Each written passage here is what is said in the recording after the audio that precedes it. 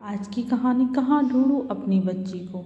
रीना 3 माह के बेटे पीयूष को दूध पिलाकर सुला रही थी कि ऐसा लगा कमरे में कोई है, पर उसे कोई दिखाई नहीं दिया।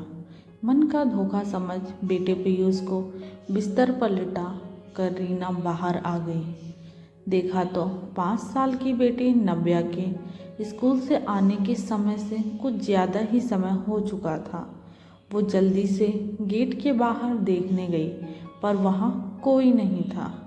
समय तो हो चुका है, नव्या अभी तक नहीं आई। उसने झट से फ़ोन उठाया और ऑटो वाले का नंबर ढूंढ के उसको मिलाया। भैया, आज आप अभी तक नव्या को छोड़ने नहीं पहुँचे, कहाँ हो आप? दीदी, मैं तो आधा घंटा पहले छोड़ गया था नव्या को। वो ऑटो में पेट्रोल कम था तो उसको गली के मोड़ पर ही उतार दिया था। ऐसा कैसे तुमने मोड़ पर उतार दिया? मेरी बच्ची अभी तक घर नहीं पहुंची, रुआसी हो गई रीना। दीदी, उसने कहा उसको घर का पता है, तभी उतारा था। मैंने दूर से देखा था, जब वो घर के पास पहुंचने वाली थी तभी मैं चला गया था। फ़ोन बंद कर रीना सोचने लगी।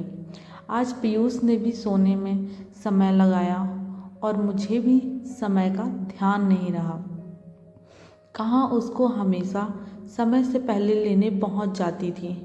जब से पीयूष हुआ है तब से माँ ही उसको बाहर से लेकर आती थी। अब माँ चली गई है तो मुझे समय का ध्यान रखना चाहिए था। पता नहीं कहाँ होगी मेरी बच्ची। रीना ने जल्दी से पति विक्रम को फ़ोन लगाया। वो किसी मीटिंग में व्यस्त थे। उनके लिए मैसेज छोड़ जल्दी से अंदर आई। इधर उधर सब जगह खोजा, पर नव्या कहीं नहीं दिखाई दी।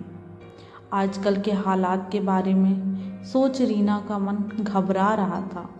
आसपास 1-2 घरों में नव्या को पूछा, पर किसी को पता नहीं था। रीना की रुलाई फूट पड़ी। कहाँ ढूंढूं अपनी बच्ची को? भगवान, मेरी बच्ची की रक्षा करना। तभी पीयूष ने भी उठकर रोना शुरू कर दिया। रीना ने जल्दी से पीयूष को उठाया और बाहर जाने लगी तो देखा पर्दे के पीछे नव्या डरी सहमी सी खड़ी थी। रीना की जान में जान आई। पीयूष को बिस्तर पर लिटाकर उसने सहमी हुई नव्या को गोद में उठाकर चूमना शुरू कर दिया। साथ में उसकी आंखों से अश्रुधारा बहती जा रही थी। आप कब आए बेटा? मुझे पता ही नहीं चला। नव्या बिल्कुल चुप थी। वो बोल नहीं रही थी, जिसने रीना को चिंतित कर दिया।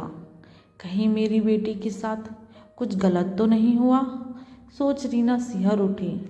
बेटी को प्यार से गोद में बिठाकर रीना ने फिर पुचकार कर पूछा, बेटा, मम्मा को बताओ क्या हुआ? किसी ने कुछ कहा क्या? नव्या ने ना में गर्दन हिला दी। घर पर कैसे आए? आपको घर का पता था? हाँ, मैं गर्दन हिलाकर नव्या अंगूठा चूसने लगी। रीना को पता चला कि उसको भूख लगी है, क्योंकि नव्या भूख का बताती नहीं थी, बस चुपचाप अंगूठा चूसना शुरू कर देती थी। रीना ने पहले उसके कपड़े बदलकर मुंह हाथ धुलवाकर उसको पीयूष के पास बिठाया और किचन से उसके लिए खाना लेकर आई। उसको अपने हाथों से पानी पिलाया, फिर खाना खिलाया तो नव्या के चेहरे पर हल्की सी मुस्कान आ गई। पीयूष भी रो रहा था। अब तक उसका भी दूध का समय हो चुका था। रीना ने जैसे ही पीयूष को उठाया, नव्या फिर से उदास होकर पीछे हट गई। रीना ने नव्या को भी अपनी गोदी के पास बिठा लिया। और बात है बेटा, आप उदास क्यों हैं? माँ, अब आप भाई को प्यार करते हो, मुझे नहीं, नव्या ने धीरे से कहा। तो रीना को एकदम झटका सा लगा। अच्छा, तो इस बात को लेकर मेरी बेटी परेशान है और उदास भी थी। रीना सोच रही थी कि गलती कहाँ हुई है। 5 साल इतना स्नेह और दुलार जिस बेटी का दिया, उसके मन में ये विचार आया कैसे? उसको याद आया, पहले तो माँ थी तो दोनों मिलकर नव्या और पीयूष को संभाल लेते थे। जब से माँ गई हैं तब से उसको पीयूष को भी अकेले संभालना पड़ रहा था। उससे लगता कि पीयूष दूध पीकर सो जाएगा तो मैं जल्दी से सब काम निपटाकर नव्या पर भी ध्यान दूँ। इसी चक्कर में जब वो पीयूष को सुला रही होती तो नव्या कोई बात करने लगती तो वो उसको चुप रहने को बोलती ताकि पीयूष को सुला के वो बाकी काम कर सके और नव्या को भी समय दे सके।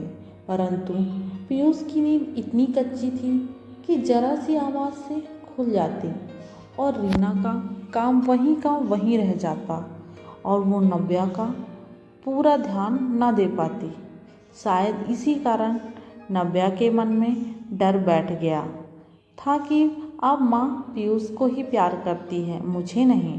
रीना ने बात को समझते हुए नव्या को भी अपनी गोदी में बिठाया और प्यार से समझाया, बेटा ये आपका छोटा भाई है, अभी ये छोटा है तो बैठ भी नहीं सकता, खुद खाना भी नहीं खा सकता, तो माँ को इसका ध्यान रखना पड़ता है। जब ये बड़ा हो जाएगा फिर आपकी तरह अपने काम करेगा, आपके साथ खेलेगा तो आपको बहुत अच्छा लगेगा। जब आप छोटे थे तो माँ आपका भी ऐसा ही ध्यान रखती थी। अब आप तो इसकी बड़ी दीदी हो तो आप इसका ध्यान रखने में मेरी मदद करना। जब मैं आपके लिए खाना बनाऊं या और कोई काम करूं तो उतनी देर आप इसका ध्यान रखना, ठीक है? माँ की बात सुन नव्या ने हाँ में गर्दन हिलाई। रीना ने पीयूष को दूध पिलाया तो अब वो भी मुस्कुराने लगा था। तभी विक्रम भी घबराया हुआ आया, लेकिन नव्या को वहाँ देख उसने भी चैन की सांस ली। कहाँ से मिली नव्या? यहीं घर पर ही थी। कह रीना ने सारी बात विक्रम को बताई। अब हमें बड़ा ध्यान रखना होगा ताकि नव्या के अंदर असुरक्षा की भावना पैदा ना हो। ये छोटी छोटी बातें बच्चों का विकास रोक देती हैं। आगे से कुछ भी हो जाए, एक तो पहले की तरह बाहर तक अपनी बेटी को लेने जरूर जाएगी। पीयूष सोता है तो ठीक, नहीं तो उसे उठा के साथ ले जाऊंगी ताकि नव्या को भी लगे कि उसका अभी भी पहले की तरह ही ध्यान रखा जा रहा है तो अभी बच्ची ही ना।